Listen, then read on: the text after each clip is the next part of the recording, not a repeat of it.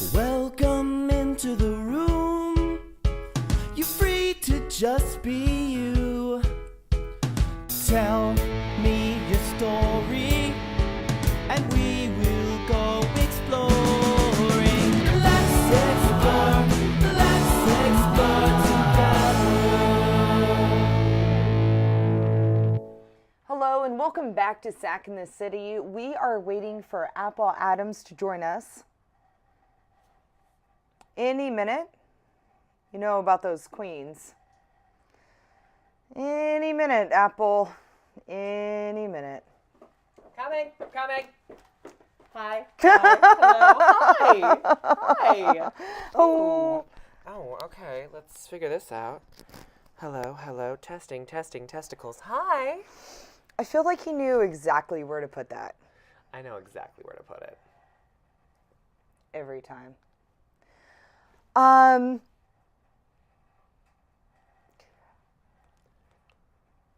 Wow. I'm starstruck.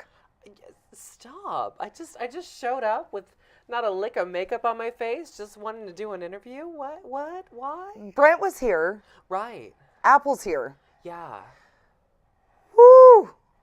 It's a crazy switch up, I'll tell you that. I thought Brent was beautiful, and then I met Apple. You.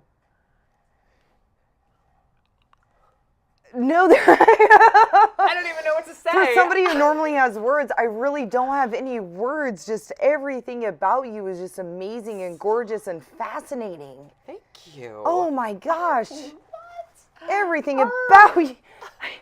I'm going to do that too, though. That was good. Yeah. Only because I do have boots on. The rest of me feels very underdressed right now. Oh. Awkward. You look so fabulous. Thank you. Thank you very much. I don't want to look like a sore thumb here for the rest of our interview. Oh, well, did you want me to help you, change, or? If you could bedazzle me, Yeah, that'd be cool. I got something. We can make it work. Okay. Okay, All right, great. let's Cool. try. Fabulous. All right, awesome. Cool. Yay. Ooh. So much better. Feel better? We good? Are we feeling it? I don't not only feel better. Oh, you're feeling it. Life is such a drag. It was a stretch, but I worked with it. It was good. It was good. Bitch, you're the umpteenth person to make that joke. She got shade now. Whew. Ah. Hello and welcome back to Sack in the City. I'm your host, Ms. T-Dog. Joined here with Apple Adams. Sup? Oh my goodness. I am still starstruck. Stop. It's a good thing I can't look at myself, because... But you are living. You are a living, breathing, rainbow bright hooker fantasy right now. What? Yeah. Okay. Let's get serious, because this is Right. very serious. Very serious. This is very serious. Just two women discussing things. Just put your tits away so I can focus. Oh, Thank you. shit. Very well. Sorry. No. Oh, I didn't mean that. I'm Oh, I sorry. I mean- was joking. Please take them out.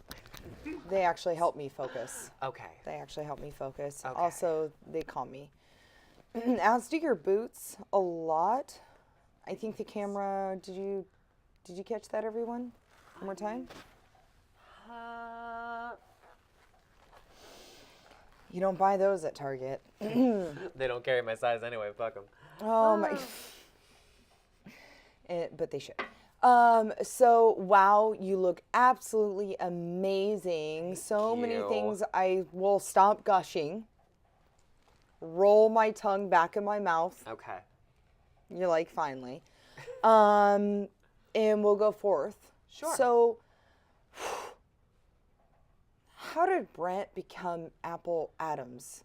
So I, like many people who started the scene at the same time that I did, really wanted to be on RuPaul's Drag Race. It was still new, and it was fresh, and it was fun. It was like season 2 at the time, so we all just wanted to be a part of it. And for me, I was in a relationship where the guy didn't really want me to be in drag. He didn't really approve of it, which it's hard to find a partner that's super into it. Mm-hmm. But I was still serious about it. So at some point, he just started trying to tear me down a little bit, saying things like, oh, you're too tall. Your shoulders are super bulky. You got a jaw that can take a dent out of a truck. Like, stuff like that. And finally, the last thing he came up with is, you've got a really, really prominent Adam's apple. Because I was really scrawny at the time. And I was like, actually, I'm going to use that. And that's how I got the name. Apple Adams. Apple Adams. Because you're also dyslexic, so you just swapped it. Right. It wasn't Right. even an accident. No, Like, I was just flat out, yeah, this is my name. And they're like, oh, how clever. I'm like, sure. Well, I loved it. Thank Now, you. when did you first decide, though, to dress up and, like, really get your interest in drag? You know, I've just always really been inspired by badass bitches, frankly. Like, I grew up loving people like Joan Jett and the Blackhearts, loving Fleetwood Mac, loving Pink, loving Lori Petty, Tank Girl. And so, like, I was inspired by them. I always loved their style. And when I found out drag was a thing people could actually do, I was like, yeah, throw me in head first. And I've been tomboying it up ever since. Yeah. It takes a little bit of work putting on makeup. I mean, most days I don't want to do it. So not only you got into it, you got inspired, you got into it, and you learned to do it so damn well. So I'm interested in kind of all those steps, like, what intrigued you, and then how'd you learn this artistry? I mean, Damn. Shucks. No, honestly, all it really is I don't know if you're familiar with the concept of like a drag mother, essentially, but the idea is that at least when people were just starting to do drag, the idea was you'd have a drag mother, someone who was older and wiser, who could teach you how to do makeup and teach you how to do clothes and hair, etc. I didn't have that. Okay. Grew up in Cameron Park. There's no such thing as a drag queen Right. there. So most of this just came from the internet. It was a lot of YouTube tutorials. It was a lot of trying to figure out what worked and what didn't on my own.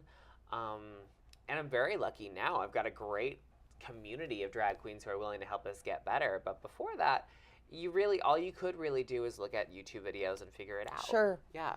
How did you feel the first time that you did drag? I was a hot mess. But you always are. That's the rule of thumb. The first time you go out, you're going to be terrible. And I did, I think I did Marina and the Diamonds. I did How to Be a Heartbreaker. And the wig was terrible, and the outfit was terrible, and my dance moves were terrible. And years later, the only things that have gotten better are the wardrobe and the hair. Still can't dance. Well, I mean, I'm looking at these boots. I don't even know if I could walk, let alone dance. So to me, that's impressive because you say you can't dance, but I saw you strut. You can shake. These boots are made for strutting and occasionally getting on your knees, and that's fine. That's okay. Well, there's a little padding there. Yeah. What's up, calluses? Did you naturally like put on heels and like all of a sudden just could walk and? I mean, there are pictures of me when I was about 4 or 5 years old in my mother's heels. Sure. Yeah. But like you do. No, I was very much a gazelle. You're always going to be awful in heels your first time, especially when you're a guy and you've been trying to teach yourself this is how guys walk for years. Right. But at some point, I just kind of figured it out. Actually, one of the first drag queens I ever saw around here, fabulous local queen, Taryn Through You, she taught me that you actually should probably do things like do house chores in heels, go on the treadmill for like 30 to 45 minutes in heels, little things here and there so that you can actually feel natural and comfortable in them. And get used to them. Right. Right. And then it's so much easier to do your back flips and your cartwheels and all the stuff I still Of can't course, do. everything that you do. Right, Oh, no, exactly. that you don't do. Well. Your feet don't kill you at the end of the day? Yes, but I have a great secret and I'd love to share it. Please. Alcohol. So much booze. I don't really know anything about I mean, that. I'm not super familiar myself. That's But I've water, heard it's folks. good. That's water, folks. Yeah. So, your feet still hurt. Word. You are human. I am, mostly. Not really. Amazonian lesbian goddess. I'm so sorry I asked you that on camera and you had to admit that. I'm sorry. So I called you out. I apologize. I'm just an 8-foot tall woman looking for an 8-foot tall woman to fall in love. Oh my gosh, I'm only 2 feet too short. Damn it. Okay, well, let's get serious again, because you know how I love that shit. Word. To your mother. Like, every time you say that, I'm going to back it up with to your mother. Like, I can't help it. There's no way I can stifle You're corny that. and I appreciate it. No, I'm not. So, let me ask you this. Apple. Is every drag, from your knowledge, Sure. is every drag queen gay? No, not at all. That's a really huge misconception in the community. And the fact of the matter is, I've got at least 2 friends who are into drag who are straight. And then honestly, if you pick apart the sexuality and gender, there's multiple people that do drag that are bi or have transitioned into a different gender and are now straight or gay or falling anywhere on the spectrum, really. You don't have to just be a gay man to do drag. Sure. And that kind of brings up like my next question, if you will. What is the difference between someone who does drag, who is trans, and someone who is a crossdresser? So for the most part, someone who's cross-dressing, that's mostly a fetish. The idea of wanting to dress as a woman for sexual kicks, that tends to be what we embrace as a cross-dresser. A lot of couples that I know are very into it. It actually helps their relationship if the man occasionally goes out in a wig, rocking their Betty Page best, and then the wife will come with, and then it's a real turn on for them. So that's pretty much what we consider a modern day cross-dresser. Okay. In terms of someone who is trans and does cross-dressing, or I'm sorry, being a drag queen, it's completely different. Because at that point, you are identifying as a completely different gender and choosing to explore an artistic side of you by embracing femininity, or if you're a king, masculinity. There's no boundaries. There's no limits that you need to set on yourself when you're doing drag. You can transition, for example, from a man to a woman and be a drag queen still. You can transition from a woman to a man and be a drag king. It doesn't really matter. Nobody really cares. We're all just trying to be clowns and make some money. Sure. Yeah. Okay. And I was just going to say that because you said kings, and so a drag king is a woman that dresses up like a man. Yes. Okay. Yeah. Okay. So if you even break it apart a little bit further, just the concept of drag is to almost make a mockery of or build upon the concept of masculinity or femininity. Sure. Well, it's kind of exaggerating it a little bit, if you will. Sure. Yeah. Okay. Yeah. And there are certain people, there are certain women that feel that drag queens are making fun of women and femininity. How do you feel about that? It's difficult because I do know that some do make fun of women. I would like to believe, and it's been my own personal experience, that as a whole, drag queens, if anything, are trying to embrace and show how much they love femininity, how much they love women. Most of us build ourselves around really strong powerhouse women. We're not out there to make fun of you or belittle you. If anything, we want to say, hey, we think you're fucking superheroes and we want to build you up. So that's just my personal opinion. That's this isn't about my opinion, but that's the way that I've always looked at drag queens as well. Is I always just thought that they were just totally embracing, not making fun of, but actually celebrating, you know, but to the nth degree. We try, shit. You do it well. You do it real well. You do it real well. Don't do tell you your see husband. this? I'm pretty sure we're flirting. It's great. You look fantastic, and I really appreciate you coming on. What is it you want to say? Is there anything that you would like to add to this? Yeah, I'd like to say, especially since this is Sac in the City, if you're in Sacramento and you dig RuPaul's Drag Race and you dig the idea of drag, come out and support your local artists. We're definitely prevalent in the Lavender Heights area. I host shows at Sidetracks, Badlands, do a couple shows at Faces, and it's not just me. You know, there's fabulous talents like Mercury Rising, May Half a Man, Genocide, Leslie West, Vic Knives. There's so many people around here that you could build a community around and support. So I highly recommend that you and your loyal fans check us out. Absolutely. Absolutely. And it is so much fun. It is so wonderful.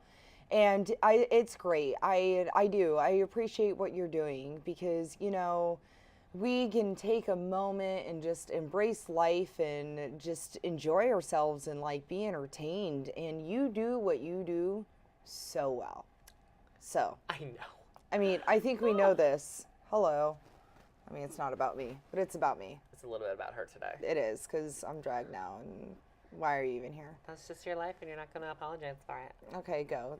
Can you just center the camera on me now? Thank you. Oh, wow. No, no. Oh, she thinks she's ready now. You've gone a little too far.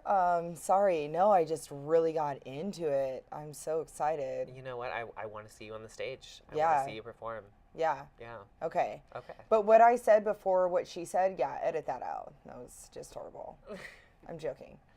Thank you so much for coming on the show. Thank you, Teresa. You were an amazing guest. If you happen to see Brent, will you please tell him thank you for coming on the show too? He was here earlier. I would love to, but he's dead to me. Yeah. Yeah. No, he disappeared and he didn't even text. So. Fucking rude. Cool. Yeah. Whatever.